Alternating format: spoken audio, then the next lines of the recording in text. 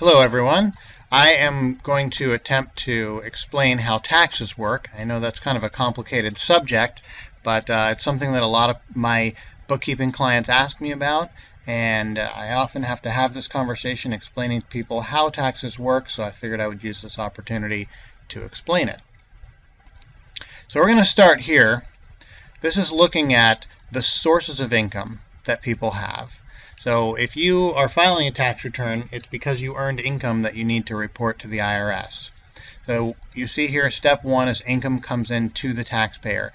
Whether that income is from a job that you work or from self-employment, a business that you own, could be an inheritance or alimony or unemployment income. Somehow it's money that came to you. Now in a business, you have different revenue sources, whether you've sold assets, received donations, gotten loans from a bank. If you put money into the company or if you made sales, hopefully sales of your products and services is where most of your income is coming from. So the money flows into the business, as you can see here, and then the money flows back out of the business. And when the money flows out, it's either going to flow out as an expense, like salary or advertising or supplies, or it's going to flow out to you. Over here, owner withdraws the money. So when you are looking at this here, the different sources of income, this self-employment one, this is going to be your net income, the amount of profit you actually made or the amount of money you were able to take out of the company. Once that income comes in, you need to report it on your 1040 form. So let's look briefly at the IRS 1040. Now you may know, you may not know, there are two kinds of 1040 forms. This is called the 1040 EZ, and this is just a standard 1040. There is a difference. The 1040 EZ, just like it sounds, is for people with very easy tax returns. So typically, if you're a small business owner, you wouldn't use this 1040 EZ. If you own real estate, if you have a piece of property, you would not use the 1040 EZ.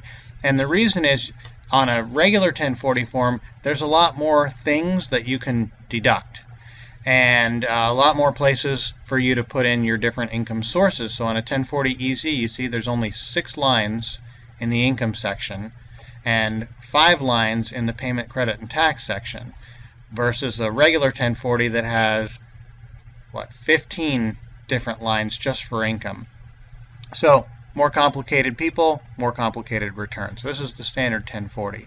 So you see this top section is income. These are all those same things that I was saying where money flows into you, just like this one, and then it gets reported. So here's the place where that gets reported. So if we're looking at your wages, that's an easy one because you should get a W-2. If we're talking about business income, this is line 12. You see it says attached Schedule C or C-EZ. Well, we look at a Schedule C, that's this one, Irs Form Schedule C. This is the form that looks very much like what you might call in business a profit and loss statement or an income statement. The top section has your total amount of money you brought into the company, gross income, they call it. You see gross. So that's just the amount before you take anything away. So if you earned $100,000 in gross, you would just put $100,000 there. So this next section, the expense section, is where you get to tell the IRS how much of the money that you earned did you have to pay out for things in order to keep your business operating. And that could be advertising, it could be salaries, it could be mortgage that you paid on a building that you own, legal and professional services like bookkeeping or attorney fees, office expenses. There's a line for rent here, rent or lease of vehicles, vehicles, machinery, and equipment. You also have repairs, supplies, taxes. You can see all these different categories. And then there's also an other expense that there's another section down here for other expenses. So there is a place for you to put all the things that you spend your money on. Now what I usually coach my clients to do, and the way that we set up our QuickBooks files, is we use all of these categories as our main headings in their QuickBooks categories so that when it's time to file the tax return, it's easy because the numbers that we need to put in these little boxes already have these headings, so we know which ones to put where. So once you have made all of your deductions, let's say that your total expenses for your business end up being $65,000. Now, I will tell you the IRS will see it as a red flag if you have round numbers like 65,000 as expenses, because normally it wouldn't show up that way, nor would your gross receipts typically show up in round numbers like this. But let's say for our purposes that's what we're doing. So what that would mean is 100,000 gross, 65,000 in expenses. Line 31 is going to be 35,000. That's going to be your net income. So on your 1040 form then, on line 12, that's where your 35,000 would go. Pretty easy, right? Just taking the money from the explanation of how much money you earned and then transferring it over here. Now with self-employment, there is something that you also need to know about, which is your self-employment tax. 15.3% of the profit that you earn, of this $35,000 in this case, is supposed to go to the IRS in the form of self-employment tax. And essentially what that means is when you're an employee, you're earning wages, right? And they take money out of your paycheck. Well, if they take money out of your paycheck, then you wouldn't be expected to then take more money and send it to the IRS, because that's already been done for you by your employer. Social Security, Medicare, and what's called FUTA, unemployment. So those are the things that you need to get taken out of your paycheck. Well, when you're self-employed, that doesn't happen. So the IRS expects you to take 15.3% of your profit, this $35,000, and send it to them. And you'll see that right down here in this bottom section, there is a line that says 1/2 of self-employment tax that you are allowed to deduct off of this bottom section here. Line 27, deductible part of self-employment tax, and do you see it says attached Schedule SE? This SE is the form where you figure out what 15.3% of your income is. And then half of that you get to deduct. And the reason is because employers pay half and the employee pays half, but when you're doing it all yourself, you have to pay the whole thing. But they don't expect you to pay income tax on your self-employment tax, because that wouldn't be fair. So you would have your self-employment tax. It gets reported here on line 57. Here's your self-employment tax. Again, it tells you to attach your Schedule SE. So you put the total tax here. Half of it gets deducted on the first page on this line 27. I know this may be a little bit confusing. This is all stuff your accountant takes care of, so it's not really something you need to worry about, but it's good for you to understand how this works. So we're looking back here at our Schedule C. This is where we report the income. Now, what if you're a corporation? Well, if you're a corporation, you're going to have an 1120 instead of your Schedule C. Okay? If you are a partnership, you're going to have a 1065. Instead of an 1120, instead of a Schedule C, you'll have a 1065. If you're a C corporation, you'll have this 1120C versus an S corporation, which has an 1120S. Now, all it means to you is it's a different form for reporting how much was earned and how much was spent. At the end of the day, you're going to be left with the same thing, which is the amount you took out.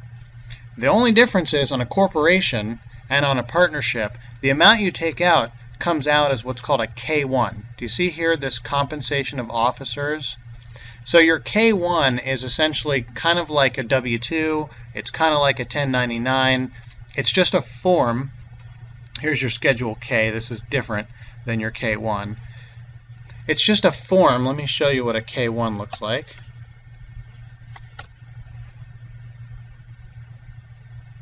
This is your 1065 K1. This is a beneficiary's K1. We'll look at this one. Okay, so K1, see, partner's share of current year income. So this is essentially just showing how much money did you get to take out of the business and how much did your partner get to take out of the business. The same thing happens on an 1120. The same thing happens here on this 1120. It's no different than your Schedule C. So that amount transfers over into your income section, your K1, And I have to say I don't remember which one of these lines it is, so let me look here.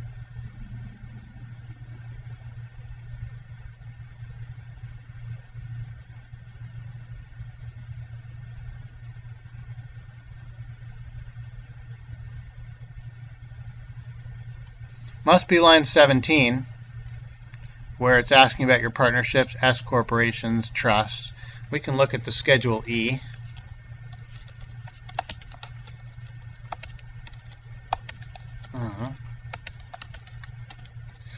Whoops, Schedule E.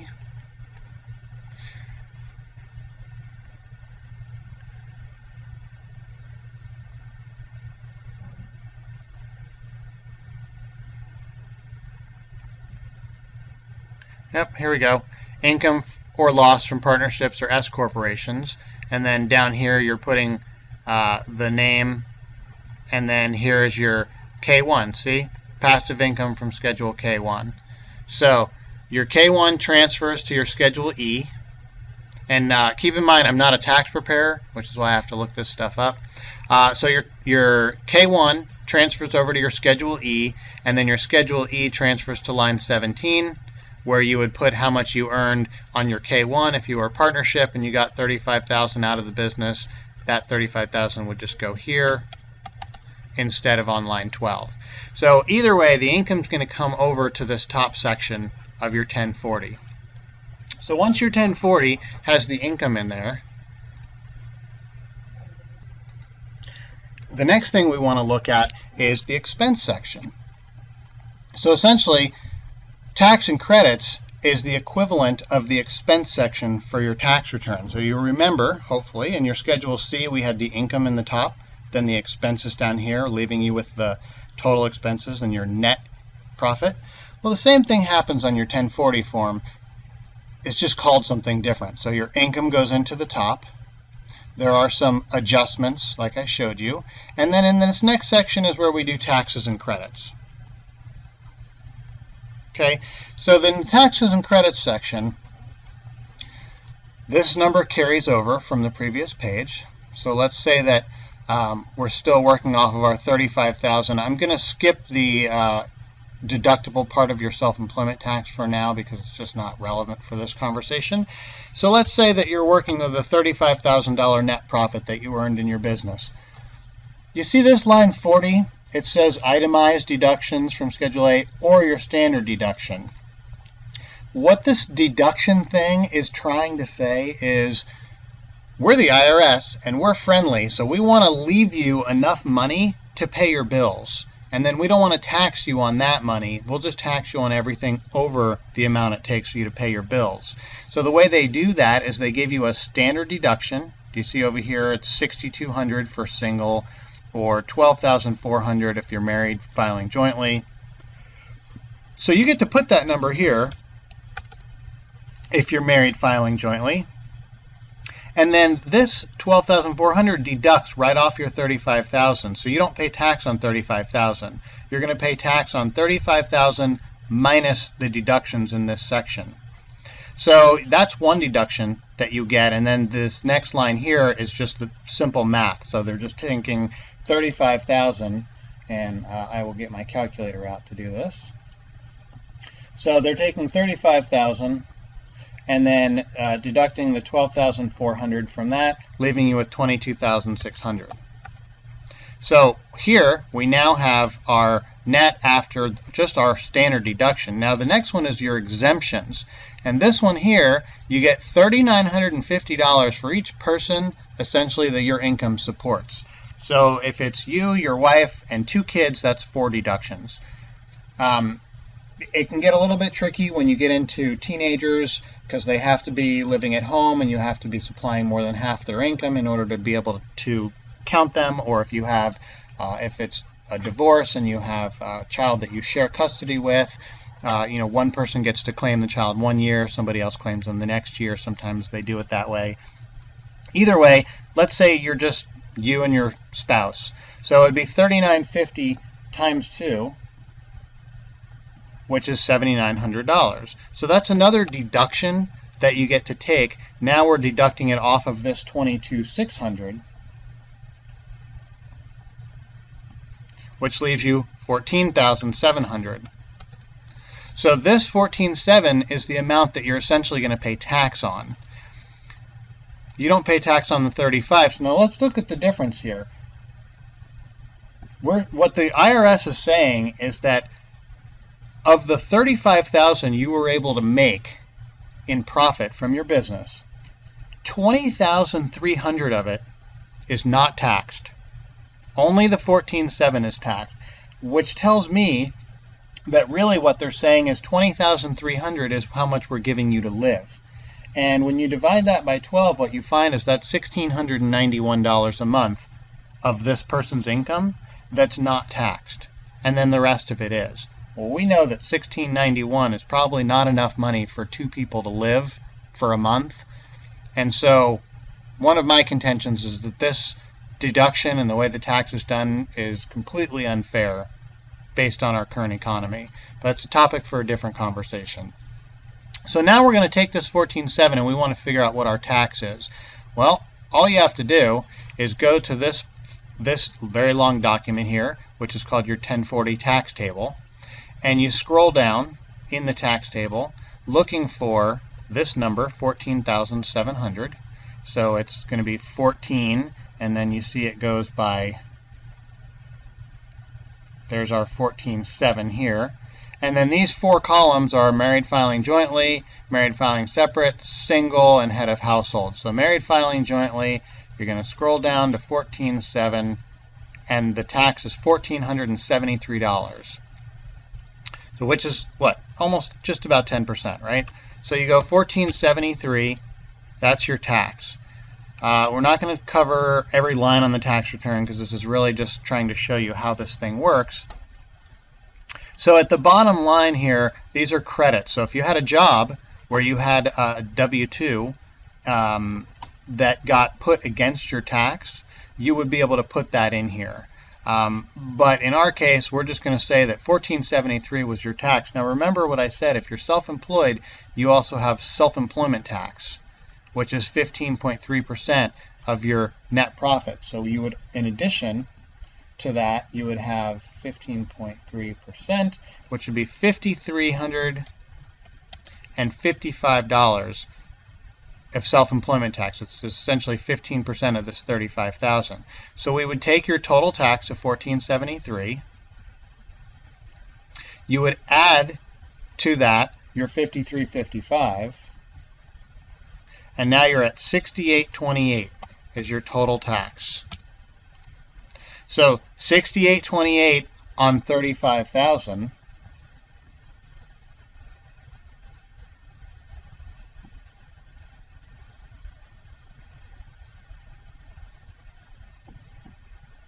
is 19.5%. So you're basically paying about 20% of your profit goes to taxes here. So you've got your total tax of $6,828. Down here is any payments that you've made. You see here's W-2, so any money that got withheld by your employer. There's some other taxes and credits down here. And at the end of the day, if your total payments were zero, then you won't get a refund. And if there was no money paid in against that, then your total tax would be the same as this $6,828 here. Of course, anything that you already paid in towards this, like your self-employment tax payments you're supposed to make every quarter, would go against this. So that's pretty much how the tax return works. I hope that that has been clear, and if you have any other questions, please feel free to contact me.